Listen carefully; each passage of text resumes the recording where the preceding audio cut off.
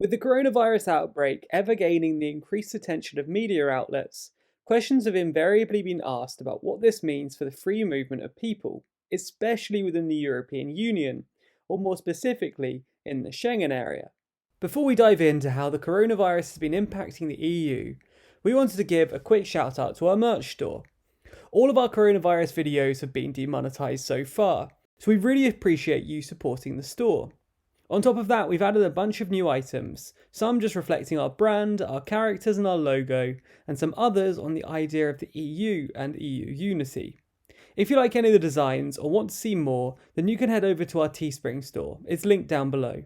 If you can't do that, then a like or a friendly comment down below helps us in the algorithm and counteracts the demonetization. Either way, thanks for your support.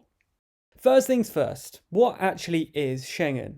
Well, it was originally created in 1995 with just 5 countries. But today, the Schengen area consists of 26 countries in Europe and is, to all intents and purposes, a border-free zone within mainland Europe.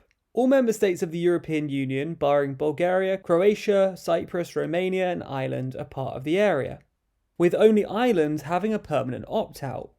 The remaining ones are legally obliged to join if and when certain criteria and issues are ironed out.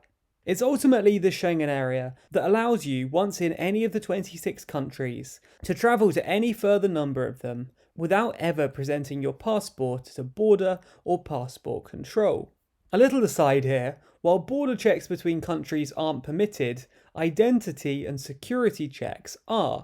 Hence, before boarding a flight from Berlin to Paris, for example, you'll typically be asked at the check-in desk or gate to prove you are who you say you are.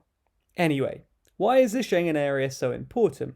Well, the Schengen area gets to the heart of the European Union and its 4 freedoms. Freedom of movement is key to the European project, and for many, the Schengen area is synonymous and inseparable from it. Countries having full confidence in joint cooperation when it comes to security matters agreed to de facto relinquish all controls over their internal borders, embracing freedom of movement between member nations. This freedom of movement does have its undeniable flaws. Borders act not just as immigration barriers, but as protections for public security and health. And in the light of the outbreak reaching Europe, many have started to question whether Schengen should be suspended in order to allow for containment.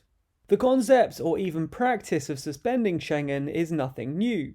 The Schengen Border Code, the underlying rulebook, puts forward a number of resolutions. A planned and temporary reintroduction of border controls, an immediate reintroduction, and exceptional circumstances. The reintroduction of border controls is ultimately a matter for member states in their individual capacity. But the Border Code does make clear that the introduction of border controls must be as a last resort, with the member state taking into account the likely impact of any threats to its public policy or internal security, including following terrorist incidents or threats, and the likely impact of such a measure on free movement of persons within the area without internal border control. I.e., member states must implicitly cooperate to ensure that in re-establishing border controls in one country, it doesn't cause hysteria or issues in another.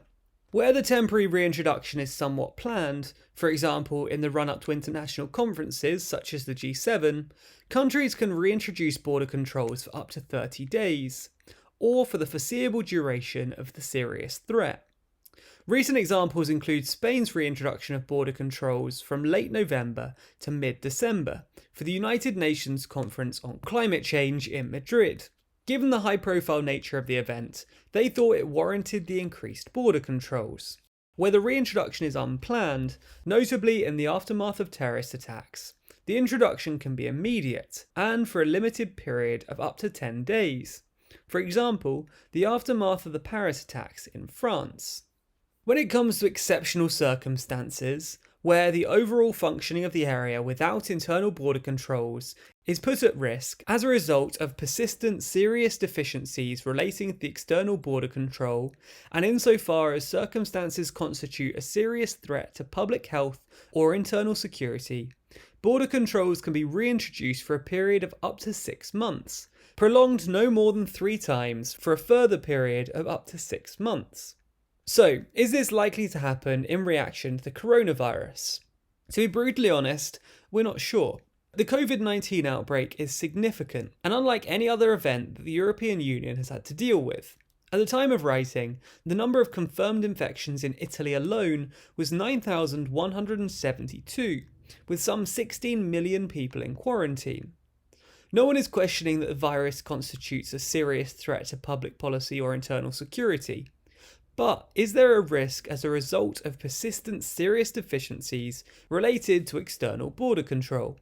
On the 24th of February, the Financial Times reported that European countries had no plans to suspend the Schengen area, quoting the EU's Health Commissioner that we need to take this situation extremely seriously, but we must not give in to panic and of course to disinformation. But that was over 2 weeks ago now.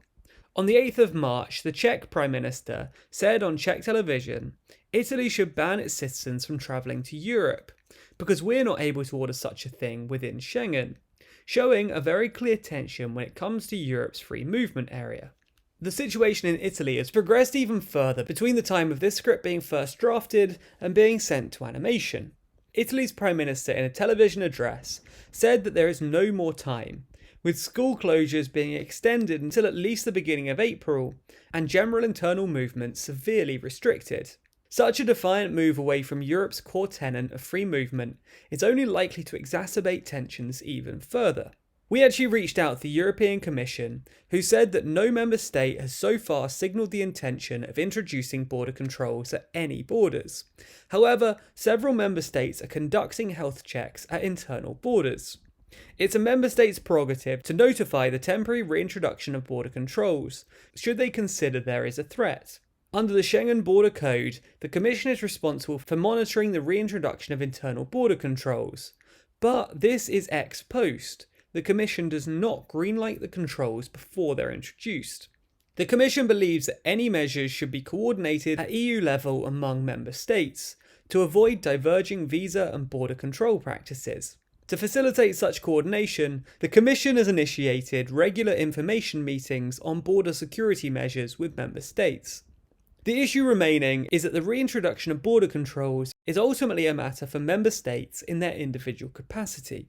It will ultimately be a question of when, not if, countries feel that containment needs to take that extra step. With Italy placing their entire country on quarantine, it evidently won't be long before we hear whether the Schengen area will, at least temporarily, be no more. Let us know what you think about the outbreak and how you think Europe should respond. Tell us your thoughts in the comments down below. Also, be sure to subscribe to the channel and hit the bell icon to be notified every time we release videos. Special thanks to our Patreon backers who make demonetized videos just like this one possible.